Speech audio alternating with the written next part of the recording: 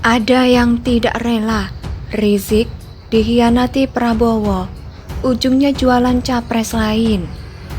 Salah seorang pemerhati politik bernama M. Rizal Fadilah mengaku heran dengan perubahan sikap Prabowo yang saat ini terkesan sangat nurut terhadap Jokowi. Menurut dia, sejak pujian berlebihan kepada Jokowi, Prabowo menampilkan integritas pribadi yang diragukan. Herannya orang ini baru sadar setelah 3 tahun, padahal setelah kalah Pilpres, Prabowo sudah terlihat merapat ke kubu pemerintah dan diangkat sebagai menteri. Sebagai bagian dari pemerintah, mau tak mau Prabowo harus menurut kecuali berani ambil resiko dipecat. Rizal menilai Prabowo sejak jadi menteri Jokowi menjadi sosok yang minim berkomentar. Sikap kritis dan pembelaan pada rakyat yang menderita tidak nampak. Soal korupsi minim komentar. Begitu juga saat rakyat ribut soal pemaksaan vaksin dan PCR, termasuk kasus pembantaian Laskar FPI dan Habib Rizik. Minyak goreng langka, BBM naik, Undang-Undang Cipta Kerja panas, proyek KA mangkrak, pindah IKN, penistaan agama dan lain-lainnya sepi dari suara Prabowo, katanya. Sebenarnya inti dari pernyataan orang ini adalah kenapa Prabowo tidak berusaha membela atau setidaknya memperjuangkan Rizik yang sudah mendukungnya di Pilpres 2019 lalu.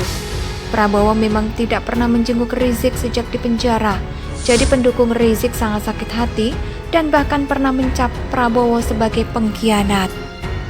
Apalagi saat ini Prabowo sedang sibuk jalan-jalan dari Jogja, lalu ke Jawa Timur hingga ke Tengku Umar, Jakarta, kediaman Megawati Soekarno Putri yang diyakini sebagai bagian dari manuver politik untuk menuju Pilpres 2024. Satu-satunya menteri yang segera menemui Presiden Jokowi di Istana Yogyakarta lalu makan opor dan tempe bacem bersama. Segera balik ke Jakarta untuk bertemu Mega dan Puan, terbang ke Jatim menemui Gubernur Kofifa dan ulama, katanya lagi. Memangnya Anies tidak begitu? Balihonya bertebaran di mana-mana, keliling ke berbagai kota dan meninggalkan fokusnya yang di Jakarta. Wagubnya yang disuruh kerja sambil menjadi jubir spesialis klarifikasi. Prabowo bukan figur terbaik yang dinilai mampu untuk memimpin negeri. Ia kini merepresentasi misi istana yang nyatanya sudah berfriksi. Prabowo potensial menjadi wajah baru dari oligarki. Masih banyak figur lain yang lebih berkualitas dan berintegritas seperti Anies Baswedan, Lanyala Mataliti, Gatot Nurmantio, Rizal Ramli dan lainnya, kata dia. Orang ini adalah bagian dari pendukung bukan pemerintah. Nama-nama yang dia sebut sudah cukup menunjukkan siapa orang ini. Hanya saja sangat lucu kalau menyebut mereka sebagai tokoh yang berintegritas. Integritas dari Hong Kong. Mereka hanyalah menjual topeng demi mencapai ambisi politik yang tinggi. Saya kurang tahu soal Lanyala, tapi Anies, Gatot dan Rizal Ramli memang sangat berambisi menjadi presiden. Alasan integritas hanyalah alasan basa-basi. Terkait Prabowo yang dianggap mengkhianati Rizik, saya setuju. Masalahnya adalah siapa suruh Rizik dan pendukungnya begitu bodoh mau diperalat dengan mudahnya. Harusnya mereka sadar kalau mereka ini hanyalah pion atau sapi perah yang ditunggangi untuk kepentingan politik.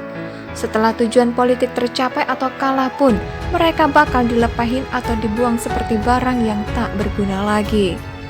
Itulah takdir mereka yang memang tidak bisa diubah lagi, kecuali mereka bikin partai politik, yang tentunya juga tidak akan bisa berkembang dengan sentimen agama yang mereka mainkan sangat dijauhi publik. Bukan hanya Prabowo doang, Anies juga terkesan cuek dengan nasib Rizik. Kenapa Anies tidak diprotes? Anies juga tidak pernah jenguk Rizik di penjara, padahal Rizik dan pendukungnya turut andil jualan agama yang memenangkan Rizik.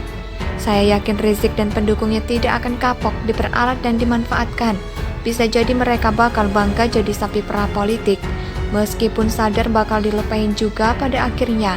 Yang mereka dukung sudah pasti calon yang bukan dari kubu pemerintah saat ini. Artikel ini ditulis oleh X Hardy di siwar.com. Bagaimana menurut pendapat Anda? Silakan tulis pendapat Anda di kolom komentar.